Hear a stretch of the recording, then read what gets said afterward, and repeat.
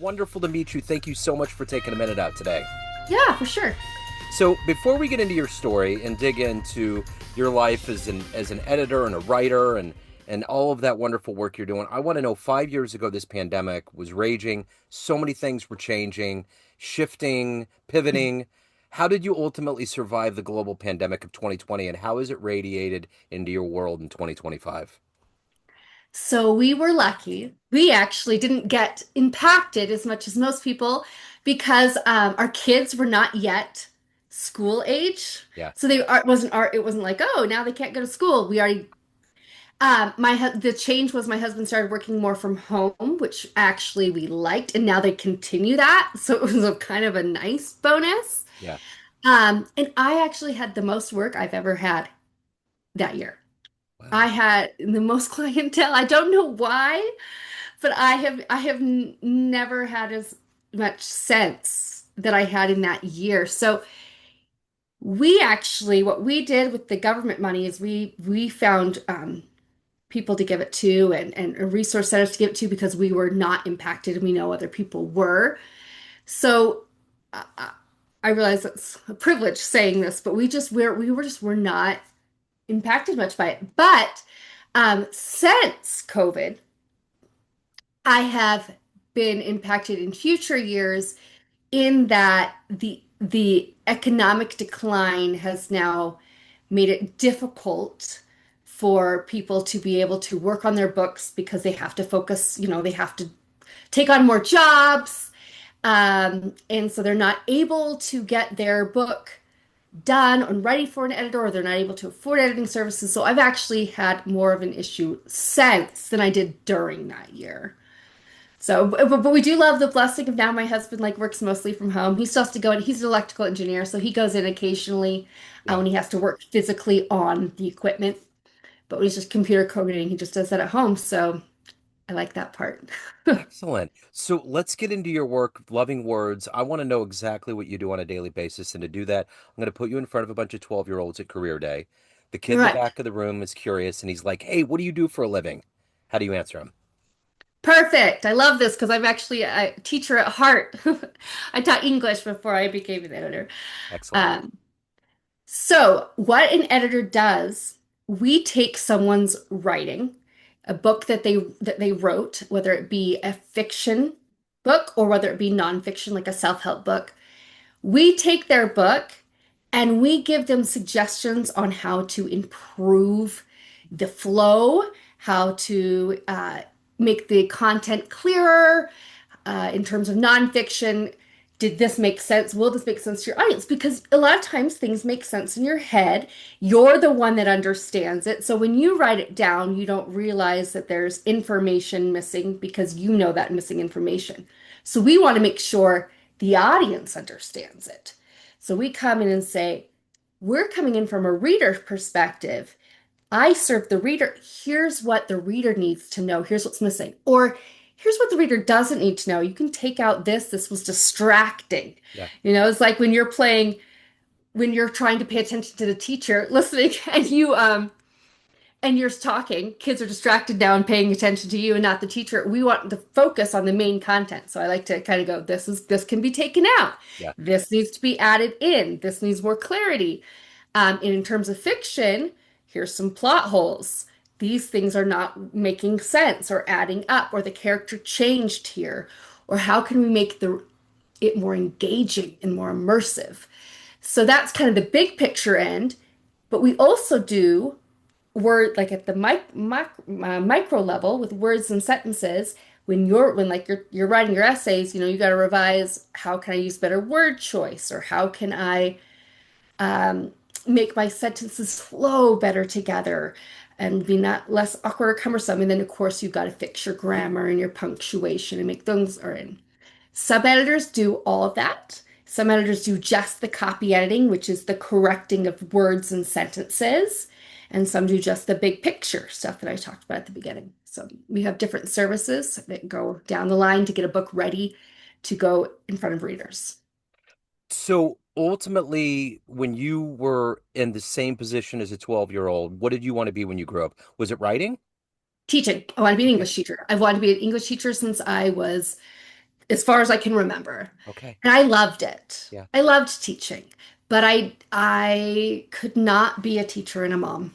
I would not be able to be an effective, as good of a teacher as I was, Yeah. or a good of a teacher and a good of a parent as I wanted to be, because teaching takes everything, and you have no energy left over for your own kids, and then you're always grading essays. I mean, the way I taught, I was constantly giving feedback to help them improve, and so yeah, I just would not have worked out. So I had to find something I could do because I Yeah. love working. I love working and contributing to society. So I had to find something I could do and still be a mom that Yeah. could be present with her kids when they come home from school instead of being like, oh, I'm home, but now I got to grade essays. Yeah, yeah, yeah, yeah. So take me back to your childhood. Where were you born and raised? How did you get this work ethic, this love for teaching, this love for words and writing? How did this happen? Yes, so I actually started off in theater. I was a theater kid. So I did a lot of acting and a lot of plays, and I think that's where my love of the written word started because I had to take on characters. I'd have to read between the lines, get the subtext to be able to develop a character and perform that character. And then from there, that started at a younger age. And then from there, I then started reading a lot because I was just like, when you're in junior high, let's be honest, it's not the best time sometimes. There's a lot of emotional turmoil for most people at junior high, your sense of like belonging shifts. And so the way I dealt with that was to retreat it into other worlds, right? This is my coping mechanism when I was having emotional overwhelm. So I got into reading and that helped me kind of, take a moment out of my world and go into someone else's world and to experience that. And it was all through words. And then when I got to upper high school, I discovered a love of public speaking. I absolutely loved when we were asked to give presentations in class, and I would get really into them. And I would sit there and spend hours like tweaking it to make the hook really exciting, to get the audience like wanting to learn more and finding the right places to pause. And I started studying public speaking in college. And this again was all words and communication. So plays, reading, and public speaking all have at their core getting the right message across and finding words. So that's where my journey took me, was all everything I did had that in its center. So Yeah. who's been a hero for you? Who's been an inspiration for you to become who you are and to find your job and your place in this world? So my drama teacher in high school, he also had been an English teacher prior, but I never had him as an English teacher. Um, he was really good at at getting subtext out, like analyzing words. Like I was so impressed when he would be able to take a poem and say like what it meant, how it inspired him in ways that I was like, oh, I never thought of that. Like he really could dive deep into meaning. And I was like, I want to get to that level. I want to be able to speak as well as he does, for one, and communicate as well as he does, but also to be able to read others' writing at an understand at the level he did. So I started studying analysis and studying the greats because I wanted to be like him. I don't think I've gotten there, but no, he was certainly a big push for me. And then when I was in college, I had a public speaking teacher who told me like you could really make something of this. Like you know how to engage an audience and you know how to communicate well. And I also took a communications course. Oh my gosh, I was crying all the time in that class because I was learning so much. And it was making so much more sense. My childhood was making so much more sense as I was like learning how communication between parent and child and between friend and between these people impact us and wire our brains. And it was so intriguing, the psychology behind it. So that was a big growth journey too.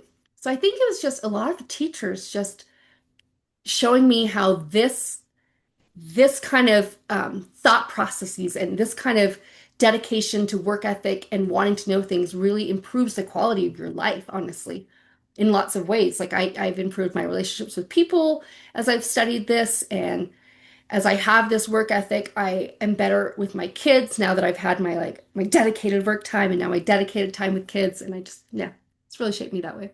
So, what was the first book for you growing up that was kind of a gateway for you, loving the word, loving the books, wanting more? Did you have a moment like that? A moment like when I wanted more, you mean? Well, like an author, was there a specific writer or author that Oh, did that for you? I have a really hard time with the word favorite. I have favorite color, and that's it. Yeah. But I, so many. It's so hard. I don't even have a favorite genre. I read across genres. I read across authors. I could say that I was very impressed when I was reading the series by Neil Shusterman. Yeah, Neil Shusterman, the Unwind series. I was very impressed. It's a dystopian series. How he took actual real events in the world and integrated actual news articles from the world into his story. His story was not real. I mean, his story was about basically when they turned 17, you can unwind them. You could choose to basically kill them and use their parts to help other people. So, like, oh, you have a troublesome team, like, let's help them with other things. So, the story wasn't real. That doesn't happen. But he took actual news articles to make it almost think like, oh my gosh, humanity could go this direction because Yeah. of like these are real life articles. So I've always been impressed with authors who've been able to integrate real world into their stories. Like people have been using COVID, and integrating that into their stories. And I like that because it makes it more immersive and real. Yeah. And it also makes you think more because you start to realize, okay, these are fictional characters, but they're experiencing real things. How would I be in this situation of fiction blended with reality if this were to happen? Yeah. I think that's fascinating. That is fascinating. I'm always like, I remember when Tom Clancy became a big deal and people were like, wait, what does he know? How does he know so much? Like Oh, when they can, yes. when you can blend those worlds, it's fascinating. So let me ask you this. If you could sit down with any writer that's ever existed, ever, and you could hang out with them, see how they roll, see how they perceive the world, how they write, ask them questions, who would that be? Oh, geez. Man, comes back to favorite again. I have so many. I didn't You want to know, use the word. I know. This is going to be a kind of a wonky answer, but I have a deep love for Dr. Seuss. Yeah. And I know that's wonky because it's not like he's that, you know, his writing is very simplistic. But I love his ability to take simplistic words and made up words a lot of the time, and yet create meaning them around them. And I want to know how he comes up with some of these ideas and made up words, and yet they make sense to us. Like we Yeah. understand that made up word, and I get deep messages from some of his stories. So I'm like, how did you do that with these, nonsensical things, yet it made sense and was teaching kids valuable messages. Not all of his books, but some of them. So there's definitely writers who are better writers and they've got more depth to them, but I don't know, being a parent, I guess I find that intriguing that he was able to do that. And I love reading his books to my kids.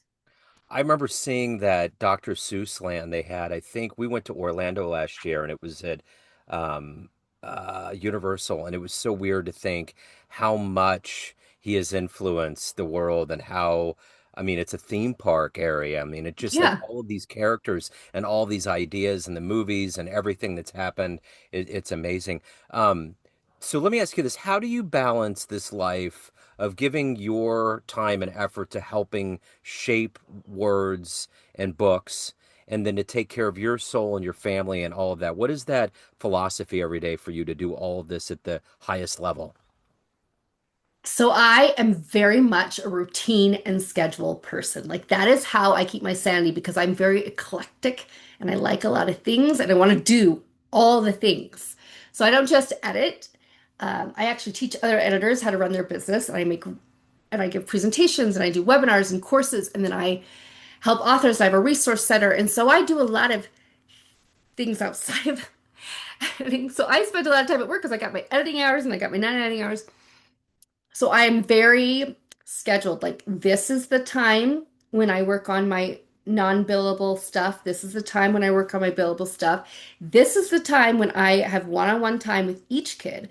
This is the time when I'm with all of my kids. This is the time when I'm one-on-one with my husband. And this is the time where I have my own downtime. I seriously have everything planned. Some people like to tease me, but I'm like, seriously, I tell people all the time, you should live your life this way. It's beautiful. But obviously it doesn't work for everyone. But I mean, for one example that I've been telling some of my married friends, we have 4 nights a week that after the kids go to bed, it's husband and night time. Yeah. And then 3 nights a week after the kids go to bed, it's our own time to do our own thing because we have our own hobbies. Like I like to read and I want to, and he likes to play video games, and that's our time to do that, and to recharge that. And then I also have a day off, and I take my day off on a weekday, and that's when I go to, my mental health. I have a therapist I go see and talk to, but I like to be very scheduled and know exactly when things are happening so I can be 100% focused on that and give my attention because that's how I do things. I don't do anything unless I can do it 100%. Like Yeah. I'm kind of an all-in kind of person. So the only way I can do that is I have dedicated times to focus on that. So let's say you had a dream tonight. You ran into the 18-year-old version of you, ready to charge out into the world and go for it. And you could give that version of you a piece of advice based on this life you've led, the wisdom you've accumulated. What advice would you give that young version of you? The 18-year-old, oh man, stop sweating the small stuff. Yeah. And know that things will work out and time heals wounds and you don't have to hyper focus on the bad thing that happened this day. Like that's going to actually ruin your future days. Instead, focus on how you can learn from that and move on and what more is coming out for you. And it's easier said than done because we like to have a small lens rather than looking at big picture. But really, in the big scheme of things, those things don't matter. And when you make them matter more than they should, that's causing more emotional upheaval and future problems that you don't need. Yeah. Yeah, I totally get it. So let me ask you this. As someone that loves stories, I'm going to ask you to construct one. I'm going to put you in front of a room of everybody that knows you as an editor or that's known you as a teacher, and you get to walk to the front of that room and go up to a podium and tell them one fun story about you. First concert you went to, jumping out of an airplane, outrunning a bear, some kind of fun story. What would you tell that room of people? Fun. I tell them about how much I work because work is fun to me. No, I'm just kidding. Yes. But it is. Yeah. Um, let's see. Okay, I think I have it. So most of my life, I thought I couldn't dance. I was a singer, I was an actress, but I was like, I can't dance. I have funky arms. Okay, like they go out this way, so when you're supposed to do poses, I look weird. Oh, yeah. Yeah. And I was like, I can't do this. But you know what? One day I was like, why did I tell myself I can't do this? And I just went out on the dance floor because all my friends were going to dances. I hated dances, right? Everyone would go to dances. I'm like, this is so boring. Can't we talk and converse and like interact? All we're doing is loud music and shaking our thing but I just went out there one time and I just gave it my all and I had so much fun. Uh, and people were just like, people came up to me and were attracted to that energy because who cared that I wasn't technically skilled, but, but I was having so much fun and it showed. And people wanted to be around that energy. And then I started taking dance classes after that. And I was like, you know what? Maybe I can actually learn. And I did. And then I started being on dance teams and I went from I can't dance at all to now I'm on a dance team. And it all started with just when I first went out on the floor, I definitely wasn't good at all. I was just awkward. My elbows were awkward. My steps were awkward. I don't even know if I was on the beat. Uh, I didn't have any sort of technique, but it was that I'm just going to let loose Hmm. and not. And that's very hard for me to do. Very hard. I'm very much a I'm in control person. So I just let loose and just had a wild fun time. And that attracted people to me because of that energy that, like, hey, she doesn't care. Yeah. And that energy is now translated into other parts of my life that I used to like hyper focus and, oh no, what did you say to this person? And let's analyze that. And now I'm like, who cares? Like, let's just be fun and let's not worry about all the money. Show that energy of like, hey, I love life. I love who I am. I'm confident. And that has made my life so much better. Yeah. That day that I just took to the dance floor, Yep. it just Absolutely. changed everything. That's awesome. So, of everything that you've done in your career and overall in your personal life, everything you've accomplished, everything you've evolved to, what are you ultimately the proudest of? It's back to favorite. Uh-oh. Proudest. No, no, it is not. It's not favorite, Yeah. but I'm like, oh, proudest. Yeah. I am proud of the fact that I created a thriving business on my own. And now I teach other people how to do the same. And I had no like business acumen or business classes. I had no, I had no desire to run a business. Yeah. I didn't take any of those business management classes. It was not a thing for me. But my personality, because I am very dedicated and very 100% go all in, and I'm very structured and routine, that helped me build systems and processes that I can now teach other people. So I always knew that I was good at teaching. I always knew that I was good at public speaking. These were things I was inherently good at. So while I'm proud of what I've done, it was like, okay, I was inherently good at that. I didn't have to really necessarily work super hard at it.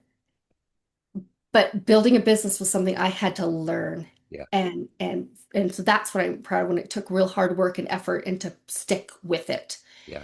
And then of course on the parenting side, parenting, there is no manual. There is no, I'm naturally good at because every kid has different needs. Yeah. So that just stick with itness attitude and like I'm gonna figure this out is I think I'm proud of that. Yeah, absolutely. So let me ask you this. Everyone has a perception of you, family, friends, clients, colleagues, everyone that knows you, but you run the show. What's your perception of you? Who do you think you are? Who do I think I am? Well, let's get deep here. Philosophical. Um, like I said, at my core, I am a teacher. I love helping people learn. And I love feeling like I contributed.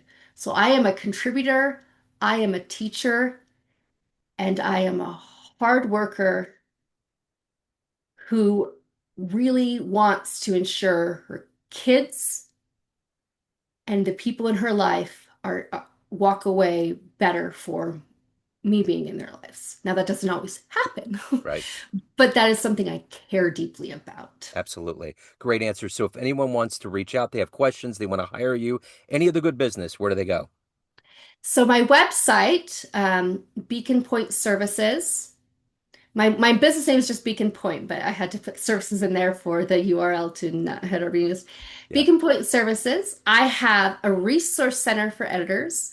I have a resource center for writers with a bunch of stuff that's both free and paid resources from me and from other people. Because, like I said, educator, I want to take other people's knowledge and let's help you. So I got a resource center full of ways to learn even before you get to the paying for someone, to improve your craft because you're going to pay less if you learn more up front. So I got that resource center. I have my newsletter that goes out weekly that's full of tips and information.